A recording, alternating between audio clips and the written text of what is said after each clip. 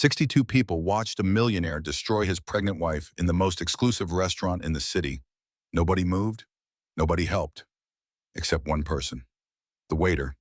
What the millionaire did not know, that waiter had been training MMA for 6 years. That waiter lost his sister to domestic violence. That waiter was about to deliver the most satisfying punch the internet has ever seen. But the knockout was just the beginning. What came next? A war. The billionaire's darkest secrets exposed. A mother fighting for her daughter against a system designed to crush her. This story will make you angry, make you cry, and remind you that monsters can fall. Stay with me. Like if you believe in justice, comment your thoughts, subscribe for more. The sound of bone meeting marble. That is what 62 people heard in Bellissimo's dining room on a Tuesday night in November.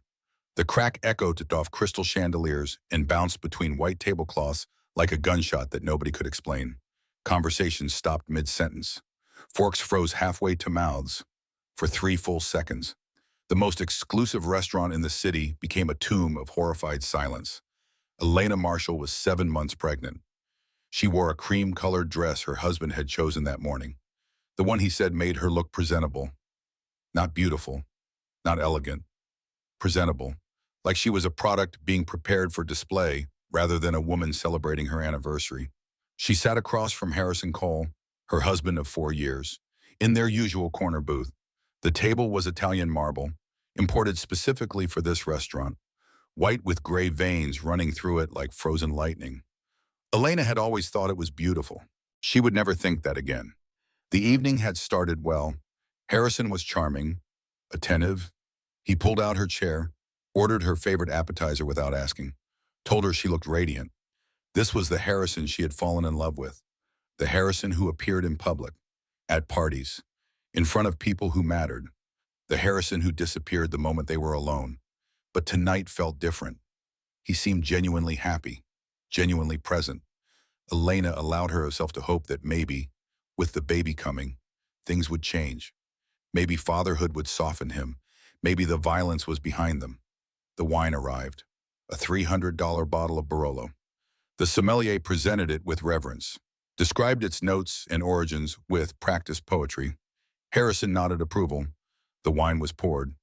Elena glanced at the bottle, at the price tag she had seen on the wine list. $300 for fermented grapes. More than her mother's weekly grocery budget when Elena was growing up. She made a small sound, a breath. Nothing more than air escaping her lips. Harrison's hand stopped mid-reach for his glass. His eyes changed. That cold shift she knew too well. The temperature at the table dropped 20 degrees. You think that is expensive? His voice stayed low. Controlled? Dangerous. The voice he used before storms. You think I cannot afford the best for my own wife on our anniversary? Elena's hand moved instinctively to her belly, a protective gesture she had learned months ago. I did not mean it that way. Harrison, I was just surprised. It is a lovely wine. Surprised. Harrison smiled. The smile that preceded violence. You always find ways to embarrass me. Elena, always find ways to make me look cheap, make me look small, like I am not good enough for you. That is not what I meant. Her voice dropped to a whisper. Please, people are looking. Let them look. His hand shot across the table. Fingers wrapped around her wrist, squeezed until she felt bones grinding. Let them see how my ungrateful wife treats me. After everything I have given you, Harrison, you are hurting me. Good. His grip tightened. Maybe pain will teach you what words cannot. The waiter appeared beside them. A young man, late 20s, dark hair, calm eyes. He held a water pitcher with practiced ease. His name tag read Marcus. More water for the table. Harrison released Elena's wrist, smiled at the waiter. Perfect customer service, mask sliding into place. We are fine. Thank you, Marcus. The waiter nodded, moved away, but his eyes stayed on Elena for a moment longer than necessary. Saw the red marks blooming on her wrist. Saw the fear she was trying to hide. Elena flexed her fingers under the table. The pain radiated up her arm. Tomorrow there would be bruises. She would wear long sleeves, make excuses, the usual routine. Do you know what your problem is? Harrison's voice had dropped to that dangerous whisper, the one that made her blood freeze. You forget who provides everything. The house, the clothes, the food in your ungrateful mouth. You forget that without me, you are nothing. Elena stared at her plate, at the beautiful food she could no longer taste, at the reflection of chandelier light in her water glass. She thought about the baby, about the life growing inside her, about the daughter she had to protect from this man. Look at me when I am speaking to you. She raised her eyes, saw the hatred there, the contempt he usually saved for private moments. Something was different tonight. He was not even trying to hide it anymore. Do you think anyone would believe you? Harrison continued. If you tried to leave, if you tried to tell people what happens at home, you think anyone would take the word of a broke little nobody over mine? Elena said nothing. She had learned that silence was sometimes safer than words. That is what I thought. Harrison picked up his wine glass, took a satisfied sip. You are mine.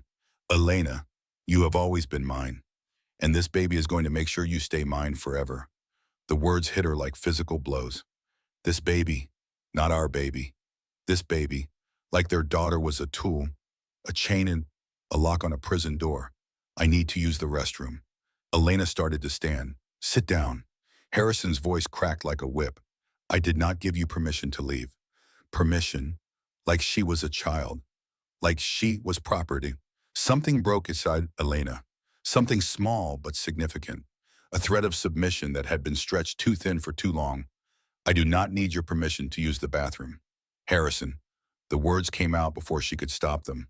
Quiet, calm, but defiant. Harrison's face changed.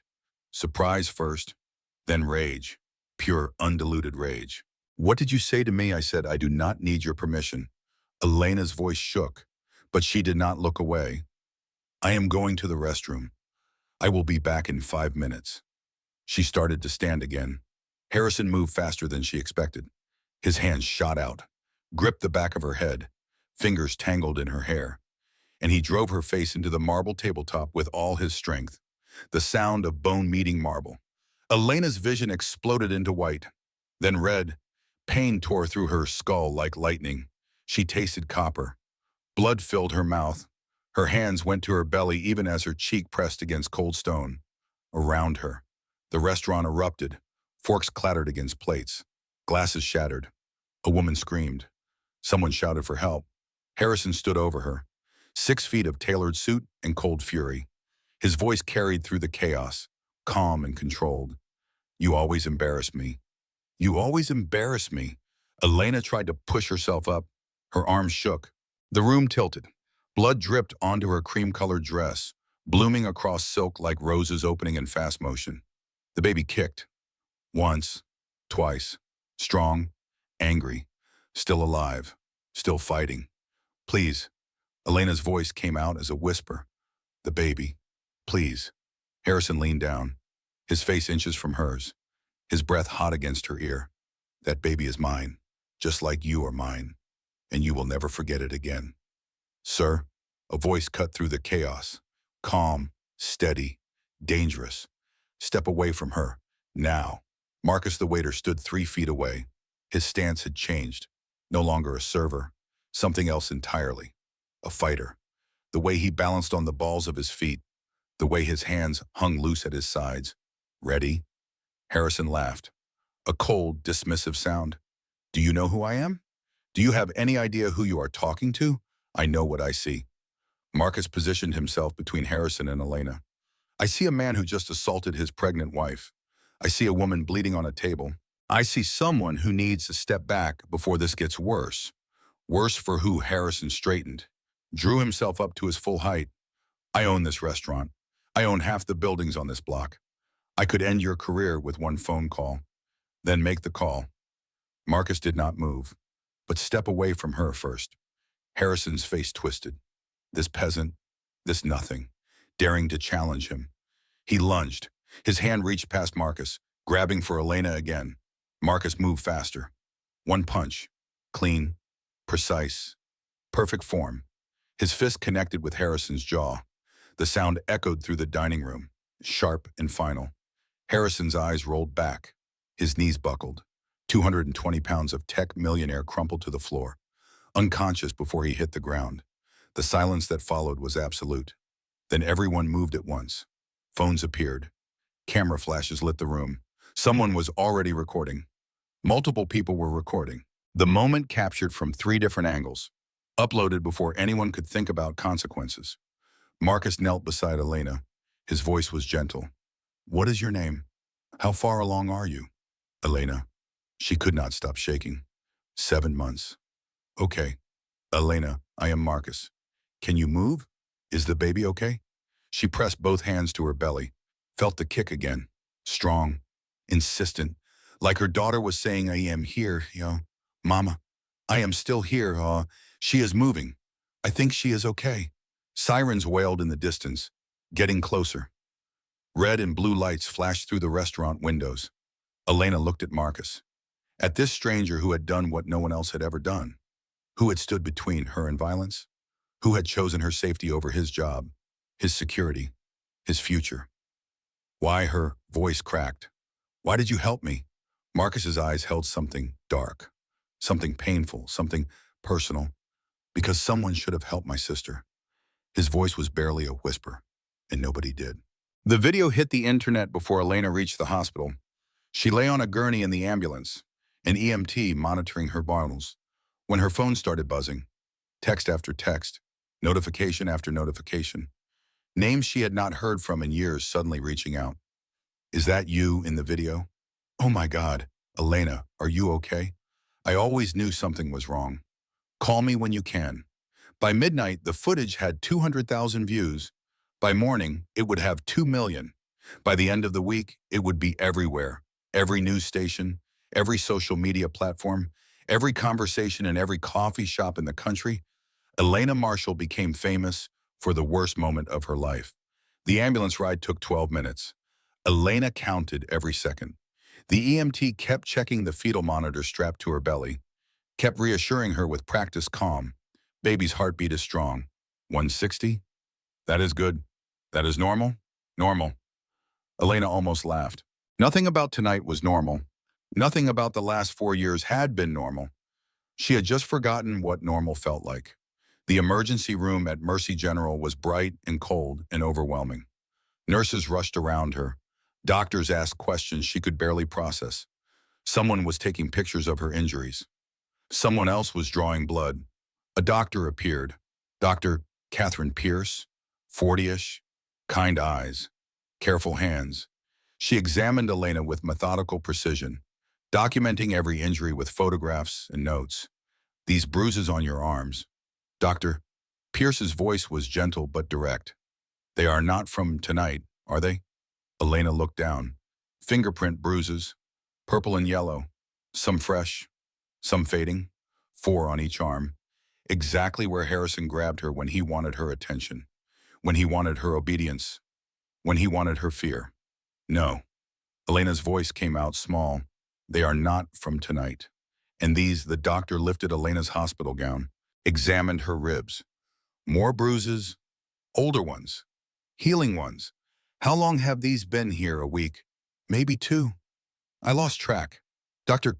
Pierce stepped back, removed her gloves. Her face showed nothing, but her eyes held something Elena had not seen in a long time. "Belief. I need to document everything. Photographs, measurements, medical records. This will be important for legal proceedings. Do you consent?" The word legal made Elena's stomach clench. Legal meant courts, lawyers, testimony. It meant telling strangers about the worst parts of her marriage. It meant admitting publicly what she had hidden for so long. But it also meant protection, evidence, proof. "Yes, I consent." The camera clicked. Once, twice, a dozen times.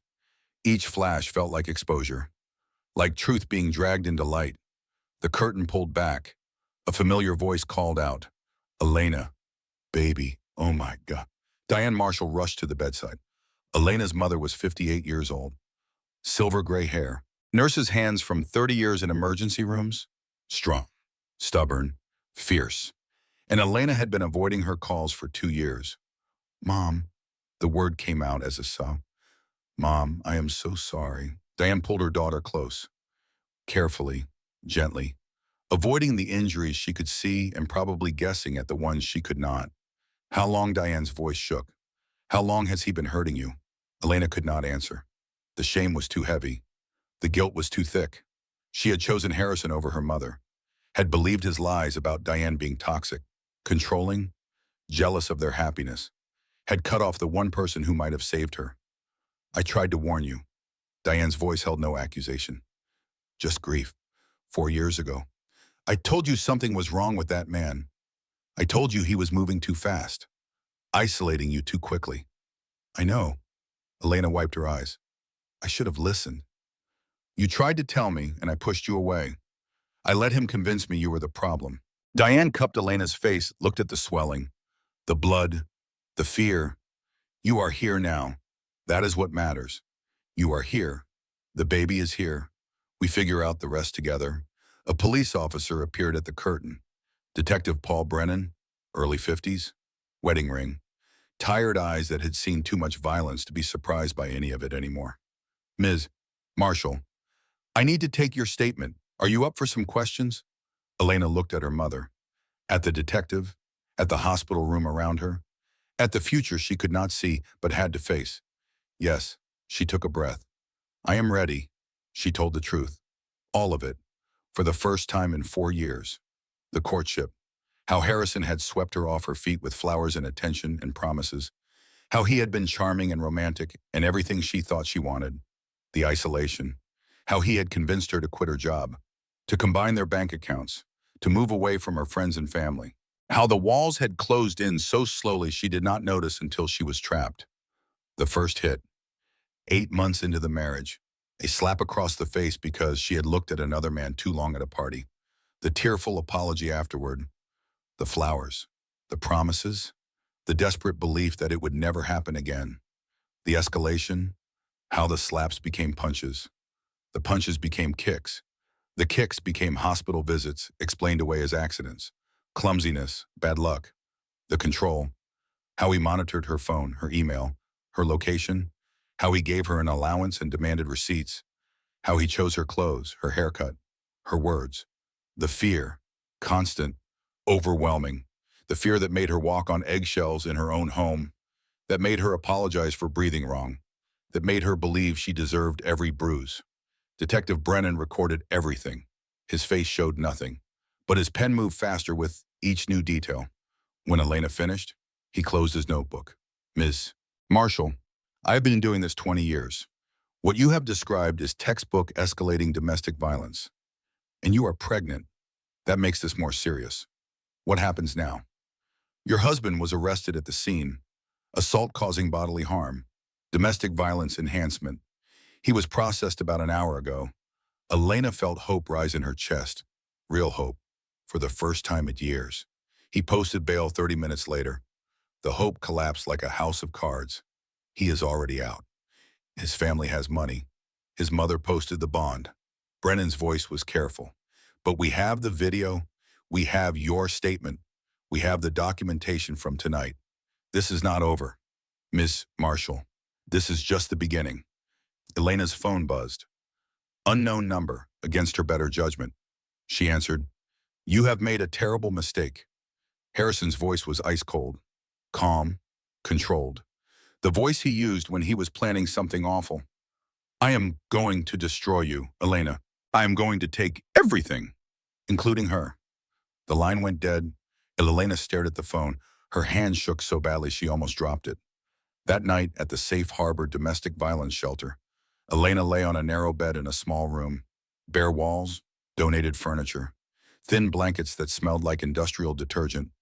Nothing beautiful, nothing comfortable, but safe. For now. Her phone buzzed one more time. A notification from the video app. The footage of her assault had just passed 1 million views. Comments poured in. Thousands of them. Some supportive, some vicious, some calling her brave, some calling her crazy. Elena turned off the phone, put her hand on her belly. Felt her daughter move. Everyone saw. She whispered into the darkness. Everyone knows now. He cannot hide what he is anymore. It is over. She was wrong. It was just beginning. Elena woke to her mother's face. Diane sat in the shelter's common room, staring at a small television mounted on the wall. Her expression was carved from stone. Her coffee sat untouched on the table beside her, going cold. Mama Elena moved carefully, her body still aching. What is wrong? What happened? Diane did not answer, just pointed at the screen, turned up the volume. Harrison's face filled the television. Bruised jaw, sad eyes, perfectly tailored suit. He sat in what looked like his home office, speaking to a morning show host with practiced vulnerability. My wife is suffering.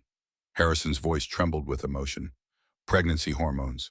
Possible postpartum psychosis starting early. I have been trying to get her help, but she refuses treatment. She refuses to see that she has a problem. The host nodded sympathetically. Mr. Cole, some viewers have seen the restaurant video and drawn their own conclusions. What would you say to them? I would say that video does not show the full context. Harrison leaned forward, earnest and wounded. Elena has been struggling with mental health issues throughout this pregnancy. That night, she became agitated, paranoid. She accused me of terrible things in front of the entire restaurant. I tried to calm her down, to help her, and she attacked me. What you see in that video is a husband trying to restrain his mentally ill wife. Elena's hand flew to her mouth. He is lying. On national television. To millions of people. It gets worse. Diane changed the channel. Another news program. Another angle. This time showing edited footage. The restaurant scene. But different. Cut to begin just before the assault. Removing the context of Harrison grabbing her wrist. Making it look like Elena was yelling at him. Making it look like she started it. The reporter's voiceover played. New evidence suggests the viral video may not tell the complete story. Sources close to the Cole family have released additional footage showing the moments before the alleged assault. We warn viewers that what you are about to see is disturbing. Elena watched herself become a villain in real time. The edited clip showed her standing, her mouth moving. No audio. Then Harrison's hands on her. Then the table. Then the blood. Without context, without sound. It looked like she had provoked him. Like he was defending himself. Like she had asked for it. Where did they get this footage? Elena's voice was barely a whisper. The house, Diane's face was pale. He must have had cameras in the house, recording everything. The comments section exploded. The supportive messages from yesterday drowned in a flood of hatred. Gold Digger got what she deserved. She probably cheated with that waiter. That is why he defended her. My wife was crazy during pregnancy too. Poor guy was probably just trying to calm her down. Classic setup. Rich man attacked by wife's boyfriend. I have seen this movie before. She wanted his money. Now she is playing victim. Elena sat in the shelter's small kitchen, scrolling through comment after comment, each one a knife between her ribs. Stop reading those. Diane took the phone from her hands. These people do not know you. They do not know what happened. They believe him. Elena's voice was hollow. All those people who saw what he did to me, who watched him slam my head into a table. And they believe him. Not all of them. Not the ones who matter. The shelter door buzzed. A woman entered. Late 40s. Burgundy suit. Briefcase. Authority in every line of her posture. Her heels clicked against the floor with purpose. Miss Marshall D.M. Catherine Ashford, family law attorney. I have been following your case. I cannot afford a lawyer. Elena did not look up from the table. I do not have any money. Everything is in his name. I take pro bono domestic violence cases. Catherine sat down across from Elena. I have been doing this for 15 years. I lost my daughter to an abusive ex-husband 8 years ago. Jessica was 23. She had a restraining order. She had a safety plan. She had done everything right. And he found her anyway. I am sorry. Elena met her eyes for the first time. Do not be sorry, but be angry. Catherine opened her briefcase. I promised myself after Jessica that I would never let another woman face this alone. That I would fight for the ones who could not fight for themselves. May I help you? Elena studied the woman's face. Saw the grief there. The determination. The fire that came from losing something you could never get back. Why me? Why my case? Because I have seen this playbook before. Catherine pulled out a legal pad covered in notes. He is using money and media to reshape reality. He is making you look crazy so no one believes you. He is building a custody case before your daughter is even born. And if we do not fight back immediately, he will win. What do? We document everything. We find other victims, we build a pattern. Catherine's pen was already moving, and we file for an emergency restraining order before he can get to you again. Elena felt something shift in her chest. Not hope exactly, not yet, but the absence of complete despair. There is something else you should know. Catherine's voice dropped. I received an anonymous call this morning from someone who says they work with your husband. They claim Harrison has been planning this for months. Hidden cameras in your home, a private investigator following you, edited footage prepared in advance. Elena's blood went cold. He was planning this before I got pregnant, possibly before he even married you. The room tilted. 4 years of marriage, 4 years of what she thought was love and fear and hope and pain, all of it manufactured, all of it calculated, all of it designed to destroy her. He chose me, Elena whispered. He targeted me specifically. That appears to be the case. We need to find out why. Elena stood, walked to the window, looked out at the gray November sky. I thought I was stupid, she said without turning around. I thought I was weak. I thought I let him trap me because something was wrong with me, because I was not smart enough to see what he was. There is nothing wrong with you. Catherine's voice was firm. You are a survivor of calculated psychological warfare. You were targeted by a predator who spent years perfecting his techniques. The fact that you are still standing is a testament to your strength. Elena turned back, fire kindling in her eyes. Then let us make him regret ever choosing me. The meeting with Garrett Shaw happened in a parking garage at 11 at night. Elena sat in Catherine's car, watching a man in an expensive overcoat approach. 50-ish, silver hair, the kind of face that belonged in boardrooms and country clubs. Harrison's business partner for 15 years. The last person Elena expected to help her. This is insane. Elena's voice was tight. This is Harrison's best friend, his partner. They built the company together. Former best friend. Catherine put the car in park. Things change when secrets come out. Just listen to what he has to say. Garrett climbed into the back seat. His eyes found Elena's in the rearview mirror. He looked older than she remembered. Tired. Haunted. You do not remember me, he said. We only met once. At your wedding. I remember. Elena's voice was cold. You gave a toast about Harrison being the best man you had ever known. I lied. Garrett's voice cracked. I have been lying for 15 years, and I cannot do it anymore. Why should I believe anything you say because Harrison hurt my sister, and I have spent a decade waiting for someone brave enough to stop him? The words hung in the air. Garrett continued. Emily was 22 when she met Harrison. Before the company, before the money, before you. He was charming, attentive, everything a young woman wants. I introduced them. I thought I was doing her a favor. Elena's stomach turned. She knew what came next. 6 months into the relationship, he broke her jaw. Garrett's voice flattened with the weight of old guilt. Told everyone she fell downstairs. Paid her $50,000 to sign a non-disclosure agreement. Our parents convinced her to take the money and move on. They said it was her word against his. They said no one would believe her. She took the deal. What happened to her? She never recovered. Garrett stared at his hands. Anxiety, depression, 3 suicide attempts in 4 years. She lives in a treatment facility now. Does not even recognize me most days. I am sorry. Elena meant it. Do not be sorry. Be the one who stops him. Garrett pulled out a flash drive. I have been collecting evidence against Harrison for 10 years. Financial records, hidden accounts, tax fraud, bribery, enough to bring down his entire empire. He handed Catherine a leather journal. I found this in his office safe last week. It is his personal journal. He has been keeping it since college. Elena, he's been planning your destruction since before you met him. Catherine opened the journal, started reading aloud. March 10th, 4 years ago, the night Elena met Harrison at the art gallery. She wrote his exact words. Saw a woman at the Westfield Gallery tonight.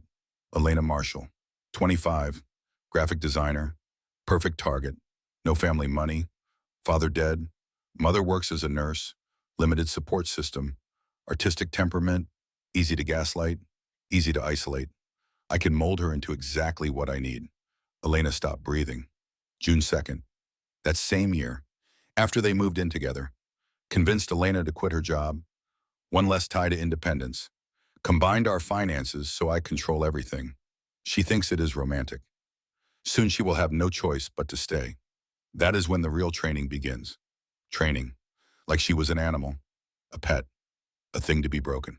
Catherine kept reading, entry after entry, years of calculated manipulation, years of deliberate isolation, years of planning for exactly this moment. He installed cameras throughout your house 18 months ago. Garrett said, living room, kitchen, bedroom, bathroom. He has been recording you ever since, building a library of footage to use against you. The pregnancy. Elena's voice shook. Was that calculated too? Garrett hesitated, then nodded.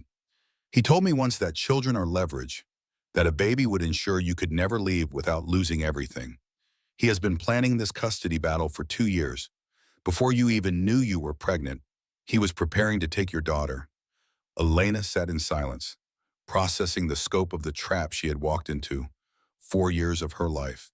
Every kiss, every touch, every moment she thought was real. All of it manufactured. All of it designed to destroy her. She had not been stupid. She had not been weak. She had been hunted by a predator who saw her not as a person, but as a project. What do we do with all this? Elena asked finally. We take him apart, Catherine said, piece by piece, starting with the restraining order, hearing tomorrow. Tomorrow, Elena felt panic rising. That is too soon. I am not ready. You do not need to be ready. You just need to tell the truth. And this time, the truth has evidence. That night, Elena sat in the shelter room and wrote everything down. Every incident, every bruise, every moment of fear, dates and times and locations. 4 years compressed into 40 pages of horror. When she finished, she looked at the stack of paper, at the documentation of her destruction. Then she picked up her phone, found a number she had not called in 2 years. Hit dial. Rachel, it is Elena. I know I have no right to ask, but I need your help. Silence. Then a breath, a sob. I have been waiting for this call for 2 years. Rachel's voice cracked. I tried to reach you so many times. He always answered your phone, said you were busy, said you did not want to talk. I knew something was wrong, Karen, but I did not know how to help. I am sorry. I should have listened to you. Stop apologizing and tell me what you need. I am already on my way. The courtroom smelled like old wood and broken promises. Elena sat beside Catherine at the plaintiff's table, her hands folded over her swollen belly. 8 months pregnant now. The baby felt heavier every day. More real. More at stake. Every movement reminded her what she was fighting for. Harrison sat across the aisle, navy suit, silk tie, clean-shaven. He looked like a magazine cover, the kind of man you would trust with your money, your business, your daughter, the kind of man no one would believe was a monster. His lawyer, Richard Sullivan, leaned over and whispered something in his ear. Harrison nodded, solemn, concerned, playing the worried husband to perfection. Judge Patricia Winters entered the courtroom, 62 years old, silver hair pulled back in a severe bun, reading glasses perched on her nose. She should have been impartial. She should have been fair. Elena watched her nod at Harrison as she took her seat, a small nod, almost imperceptible. But there, that is not good. Catherine's voice was barely audible. What do you mean they know each other? Look at the way she looked at him. This was supposed to be random assignment. Can we request a different judge? Not without cause. And if we accuse her of bias without proof, we lose credibility. The hearing proceeded. Richard Sullivan presented Harrison as a victim, a loving husband, a concerned father-to-be. He showed the edited video, called character witnesses, business associates who testified to Harrison's generosity and kindness, friends who spoke of his devotion to Elena, his mother Vivian, who dabbed her eyes and talked about how worried she was for her son and his unborn grandchild. He painted Elena as unstable, manipulative, dangerous, a woman who had manipulated her way into a wealthy man's life and was now trying to destroy him. Catherine fought back, presented the real evidence, the bruised documentation, the medical records, the journal entries Garrett had provided. But Judge Winters barely looked at them, shuffled them aside like junk mail. Her attention stayed on Harrison, on his sad eyes and concerned expression. When Elena took the stand, she told the truth. All of it. The first slap, the escalation, the control, the terror.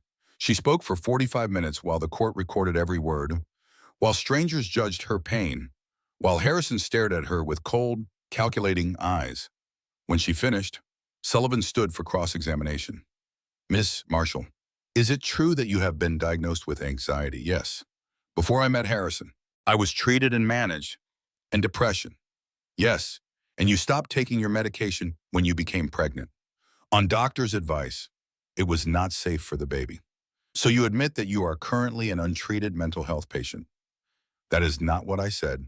You said you stopped taking medication for depression and anxiety, both of which can cause paranoid delusions and erratic behavior. I am not paranoid. Elena's voice cracked. I am not delusional. Your client beat me. There is video evidence. Video evidence that shows a distressed husband trying to calm his agitated wife. Video evidence that you claim was edited, but cannot prove. Catherine objected. Sullivan withdrew the question. But the damage was done. Judge Winters reviewed her notes. The courtroom waited. Based on the evidence presented, she said, I find insufficient grounds or an emergency restraining order. Elena's world collapsed. Your Honor. Catherine stood. The video evidence clearly shows assault. The medical documentation proves a pattern of abuse. The journal entries show private thoughts that may or may not reflect reality. Judge Winters cut her off. Mr. Ubal has presented compelling evidence of his wife's mental health struggles. Without clear proof of ongoing threat, I cannot justify restricting a husband's access to his pregnant wife and unborn child. He beat me. Elena's voice cracked. In front of 60 people, there are witnesses. There is footage. The judge did not look at her. Additionally, Ms. Marshall has abandoned the marital home without legal justification. She has 48 hours to return to the residence or face abandonment charges that may affect custody proceedings. The gavel banged. Final. Absolute. Elena sat frozen, unable to move, unable to breathe. The baby kicked frantically. Sensing her mother's distress, Catherine gripped her arm. We appeal. We find another way. He is going to kill me. Elena's voice was barely a whisper. You heard the judge. I have to go back. I have to go back to that house. We will find another way. I promise you. But Elena saw the doubt in her lawyer's eyes. The fear, the recognition that money and power had won again, that the system designed to protect her had failed completely. That night, Elena sat in the shelter bathroom.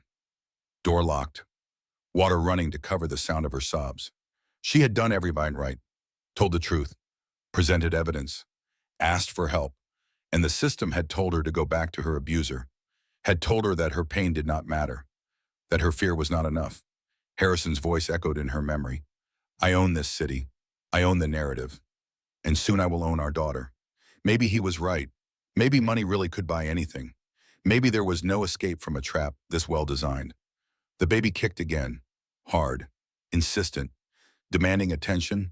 Elena pressed her hand to her belly, felt the life there, the future she was fighting for. Okay, she whispered. Okay.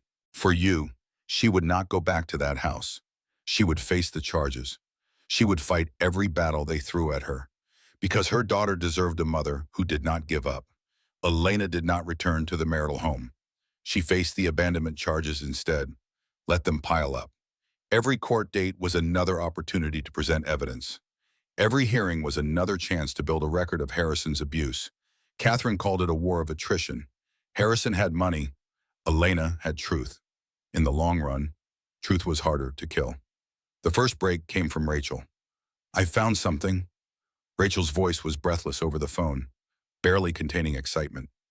I have been working with a forensic accountant, digging through public records. Harrison's company filed some interesting documents 3 years ago. What kind of documents? Shell corporations, offshore accounts in the Cayman Islands, money moving to places it should not go. Tax fraud. Maybe worse. Rachel paused. I sent everything to Catherine and to someone else. Who? The FBI. Elena sat down, her legs suddenly weak. The FBI anonymous tip line. They have been investigating corporate fraud in the tech sector. Harrison's name came up in another case. They were already looking at him. Now they have enough for a warrant. 2 weeks later, federal agents raided Harrison Coal Technologies. Elena watched it on television from the shelter's common room. Agents in blue windbreakers carrying boxes of files, computer towers loaded into unmarked vans, employees standing on the sidewalk, confused and scared. Harrison's face as he was escorted out by 2 agents. Not in handcuffs. Not yet. But close. Confused. Furious. Scared. Garrett Shaw had provided the final pieces of evidence. 10 years of documentation.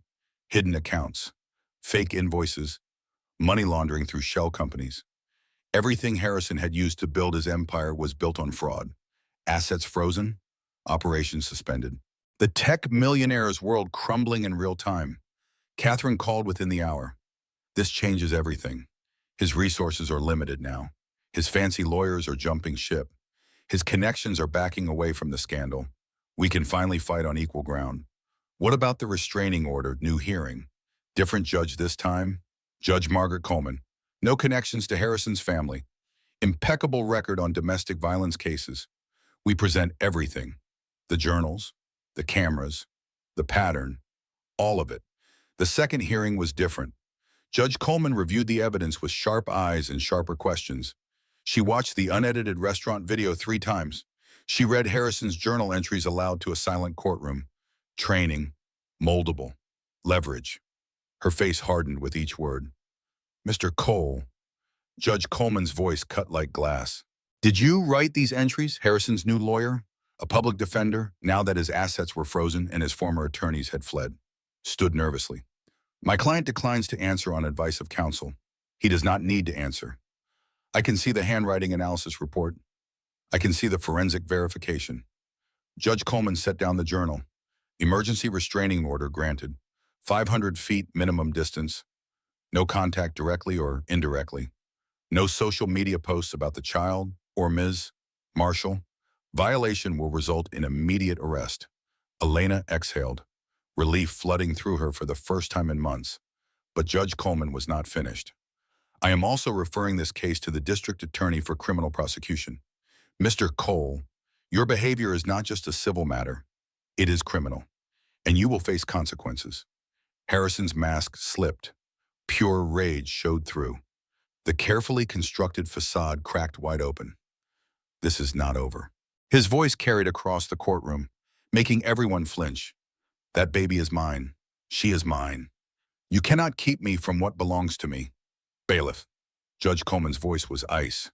Remove the defendant from my courtroom. 2 officers escorted Harrison toward the exit.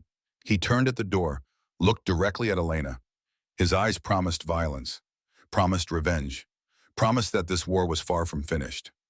I will see you soon, he mouthed silently. Catherine gripped Elena's hand. We won.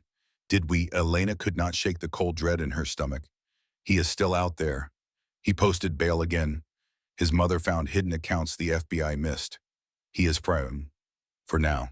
But his options are shrinking. His resources are depleting. We just need to stay ahead of him. That night in a new safe house with a new security system. Elena stared at her phone. Unknown number calling. She did not answer. The voicemail played automatically. You think you have won something. Harrison's voice was calm. Too calm. The calm that preceded catastrophe.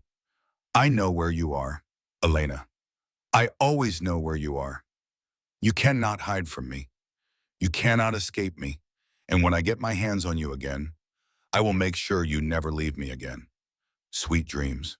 She played the message for Catherine, for Detective Brennan, for the safe house director. But she already knew the truth.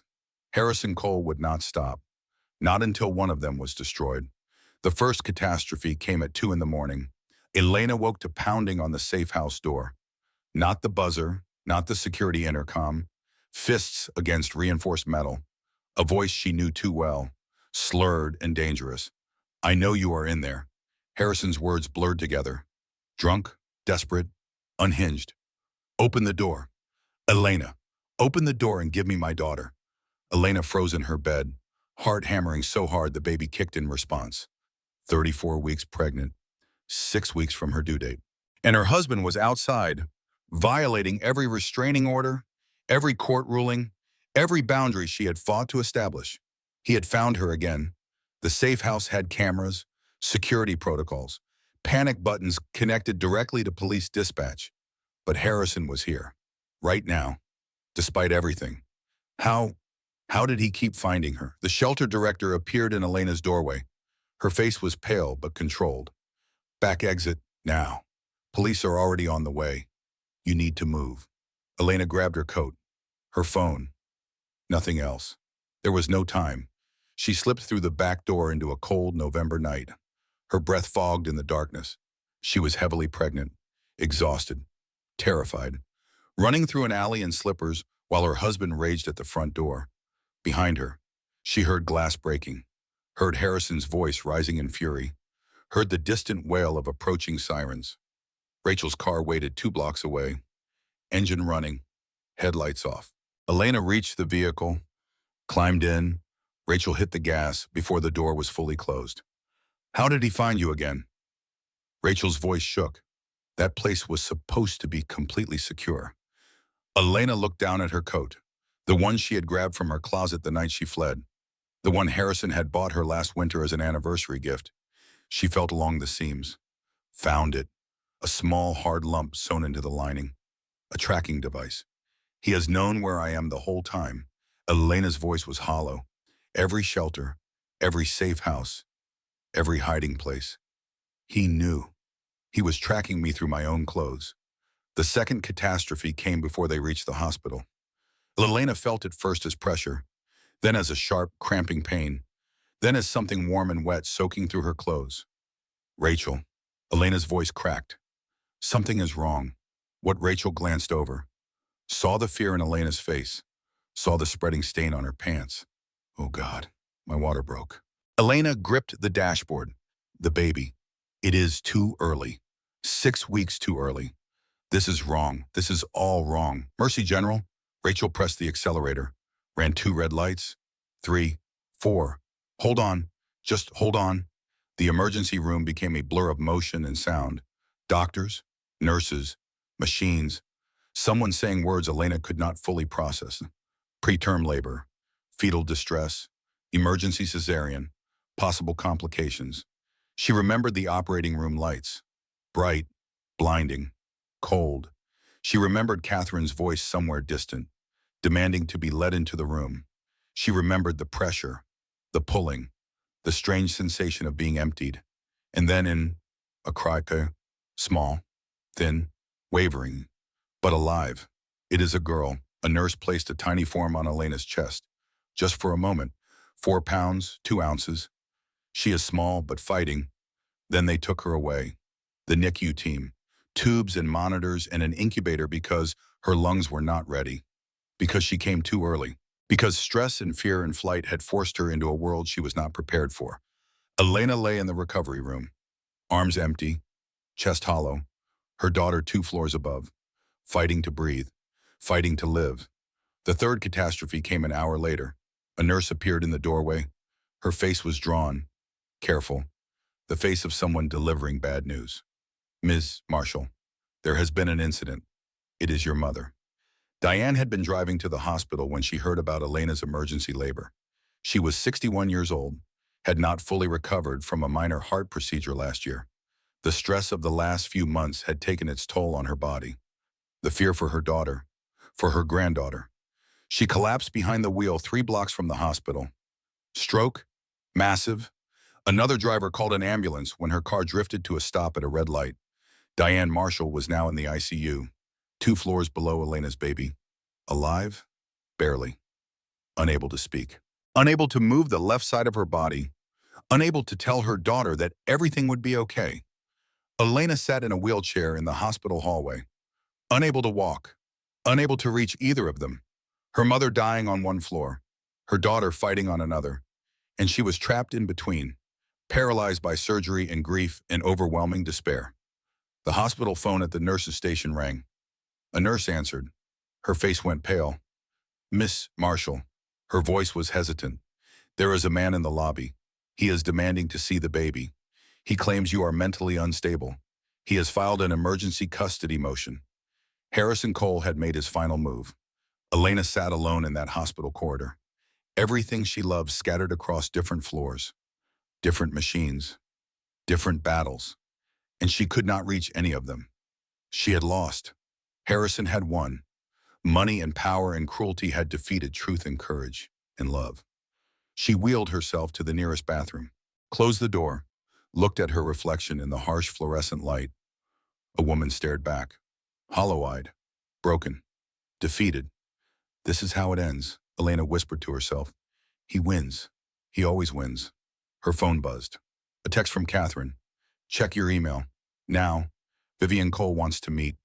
She says she has something that changes everything. Elena stared at the message. Harrison's mother, the woman who had posted his bail, who had defended him on national television, who had enabled every horror. What could she possibly have to say? Vivian Cole looked older than Elena remembered. She sat in the hospital chapel at 3 in the morning, a small woman in expensive clothes that hung loose on her frame, hands folded in her lap, eyes red and swollen from crying. The matriarch who had built a family empire now crumbling under the weight of what that empire had cost. Elena wheeled herself to a stop a few feet away, said nothing, waited. You hate me.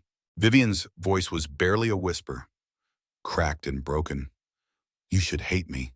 I do not have the energy for hate right now. Elena's voice was flat with exhaustion. My mother is dying. My daughter is fighting for her life. Your son is trying to take her from me. So whatever you have to say it quickly. Vivian reached into her purse, pulled out a leather journal, different from the one Garrett had found, older, more worn, pages yellowed with age. I found this in my attic last week, hidden in a box of Harrison's childhood things. I was looking for baby pictures, something to hold on to, something to remind me of who he used to be. She opened the journal, began to read aloud. I am 12 years old. Dad hit Mom again today. She did not fight back. She never fights back. I asked her why. She said this is what love looks like. She said strong men need to show their strength. She said women are meant to submit. Elena felt sick. Vivian continued. I am 15. Dad taught me how to control a situation today, how to make people do what I want. He says the weak exist to serve the strong. He says women need guidance and correction. He says I will understand when I am older. I think I am starting to understand now. Stop. Elena's voice cracked. I do not need to hear any more. Yes, you do. Vivian set down the journal, looked directly at Elena for the first time. My husband was a monster. I knew it from the beginning. I stayed anyway. I made excuses. I protected him. I raised my son to believe that what his father did was normal, was acceptable, was love. Why are you telling me this? Because I watched the news footage of your baby being taken to the NICU. Vivian's voice broke. I watched my son show up at a hospital trying to take a premature infant from her mother, and I finally saw him clearly. Not as my son, not as the child I raised, but as the monster I created. She pulled out a flash drive, handed it to Elena. Everything. Financial records the FBI missed. Hidden accounts in Switzerland and Singapore. Recordings of Harrison threatening other women. Names and dates, documentation of bribes he paid to Judge Winters. And this? She pulled out her phone, played a video. Harrison's face filled the screen, drunk, ranting. The night before the restaurant assault, Vivian must have recorded it without his knowledge. Elena is perfect. Harrison slurred on the screen. Stupid, trusting. I can make her believe anything. And once the baby comes, she will never be able to leave. That kid is my insurance policy. My guarantee. The video continued. Worse and worse. Harrison describing his plans in explicit detail, his contempt for Elena, his certainty that he was untouchable, that no one would ever stop him. I recorded this without his knowledge.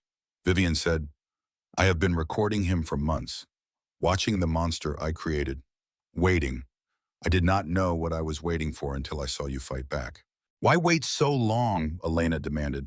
Why not stop him years ago before me, before all the other women? Because I was afraid. Vivian's voice shattered into pieces. He learned everything from his father, and his father learned it from me, from my silence, from my complicity. I created this monster by teaching him that women exist to be controlled, By showing him every day of his childhood that abuse is love, Elena stared at the woman who had enabled her suffering, who had defended her abuser on national television, who had posted bail and paid lawyers and protected a predator. "I hate you," Elena said, "for all of it, for everything, for every woman he hurt, for every life he destroyed. I know, and I will never forgive you. I would not ask you to." Vivian stood slowly. "But I will testify against my own son. I will tell the truth about everything. His father, his childhood, what I taught him, what I allowed. I will destroy my family name. I will destroy my legacy. I will destroy everything I built. Why? Because your daughter deserves better than what I gave my son." Vivian moved toward the door. "There is one more thing. The tracking device. Harrison hired a man to sew it into your coat 6 months ago, before you even tried to leave. He has been tracking me since before I knew I was trapped. He has been planning this since he met you." Vivian turned back. "You were never a wife to him. Elena, you were a project, a conquest, a thing to own and destroy. And I am so sorry I helped him do it." She left. Elena sat alone in the hospital chapel, holding a flash drive that contained her freedom, holding evidence that could finally destroy the man who had tried to destroy her. She looked up at the stained glass window, at the light filtering through colored panels, at the silence that felt almost peaceful. Then she wheeled herself back to her daughter's floor, pressed her hand against the NICU glass, watched her baby breathe. "We are going to be okay," she whispered. "I promise Mama's going to fix this." 6 months later, Elena sat in a courtroom. Her daughter slept in her arms. Grace, 5 months old now, healthy, strong, named because that was what Elena had found in the darkest moments. Unexpected grace from unexpected places. Grace from strangers who became friends. Grace from enemies who became allies. Grace from a God she was not sure she believed in anymore. Diane sat beside her, in a wheelchair still, left side weakened by the stroke that had almost killed her, but alive, present, fierce. Her good hand gripped Elena's arm throughout the proceedings. Harrison Cole sat at the defendant's table, orange jumpsuit. His bail had been revoked after the hospital incident. 6 months in county jail waiting for trial had stripped away the polish. He looked thinner, harder. The charm that had fooled so many people was gone. In its place was something ugly, something raw, something true. The prosecution called witness after witness. Detective Brennan described the pattern of abuse, the escalation over 4 years, the planning documented in journals, the calculated destruction of a human being. Jitter, Catherine Pierce presented medical documentation. 4 years of injuries, bruises that told a story of systematic violence, bones that had healed wrong, scars that would never fade.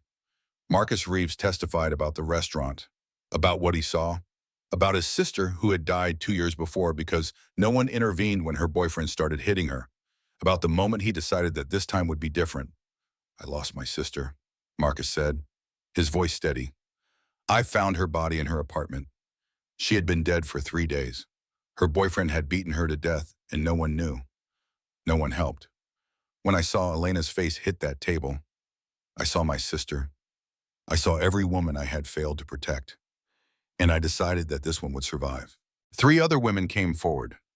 Harrison's victims from before Elena, the college girlfriend with the jaw he broke, the employee he cornered at a business conference, another woman who had signed an NDA and lived in fear for a decade before finding the courage to speak.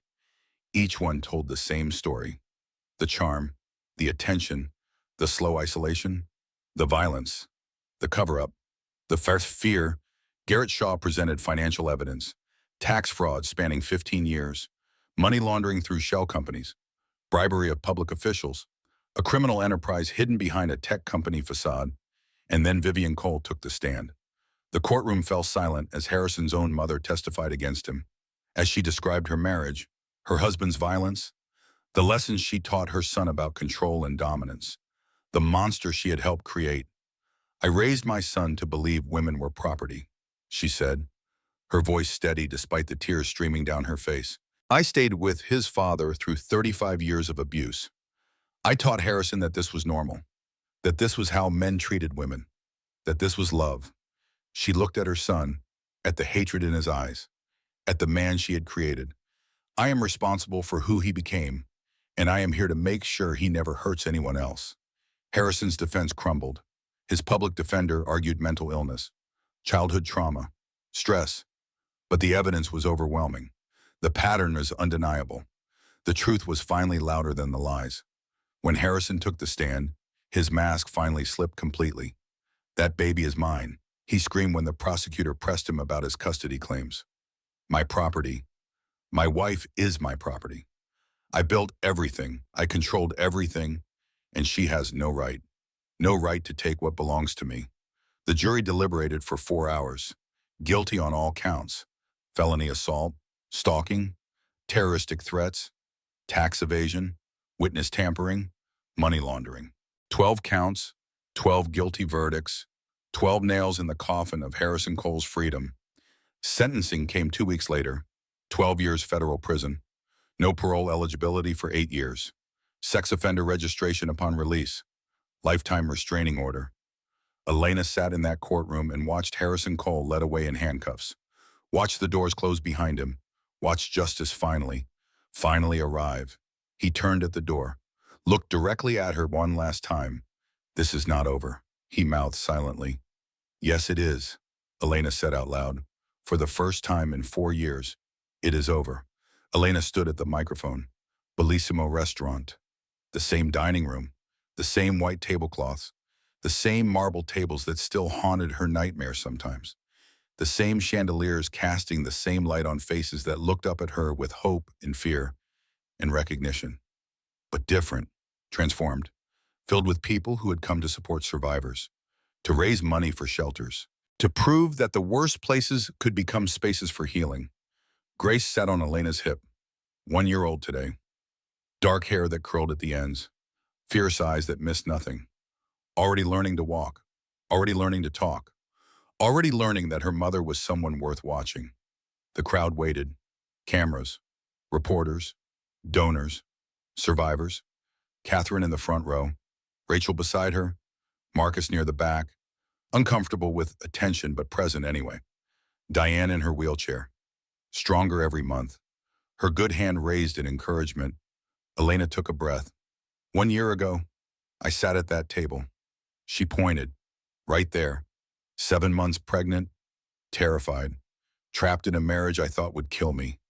The room was silent, 300 people holding their breath. My husband hit me that night, in front of 60 witnesses, and I thought that would be the end of the story. I thought exposure meant safety. I thought the truth would set me free. She paused. Let the weight of this moment settle. I was wrong. The truth was just the beginning. What came after was harder than anything I had ever faced. The system failed me. The media twisted my story. The man who hurt me used every resource he had to destroy me. I lost my home. I lost my money. I almost lost my mother. I almost lost my daughter. I almost lost myself. Grace babbled, reached for the microphone. Elena smiled, shifted her daughter to the other hip. But I am still here. My daughter is still here. My mother is still here. And the man who tried to own us is in prison for the next 12 years. Applause rippled through the crowd. I am not telling you this because I am special. I am not brave or strong or extraordinary. I am telling you this because I am ordinary. I was a woman who fell in love with the wrong person, who made excuses for too long, who believed the lies because believing the truth was too painful. She looked out at the faces watching her, some tearful, some angry, some scarred in ways that no one else could see. If you are watching this, if you are listening, if you are scared, if you think there is no way out, please hear me. The door is not locked. You have been your own warden. Walk out. Elena's voice cracked, but she kept going. It will be hard, harder than you can imagine. You will lose things, maybe everything. People will not believe you. Systems will fail you. The person who hurt you will try to destroy you even more. But you will gain something they can never take. You will gain yourself. She held Grace closer, felt her daughter's heart beat against her own. My daughter will grow up knowing her mother chose safety over luxury. She will know that love does not leave bruises. She will know that strength is not about never falling. It is about getting up every single time someone tries to knock you down. The crowd rose, standing ovation.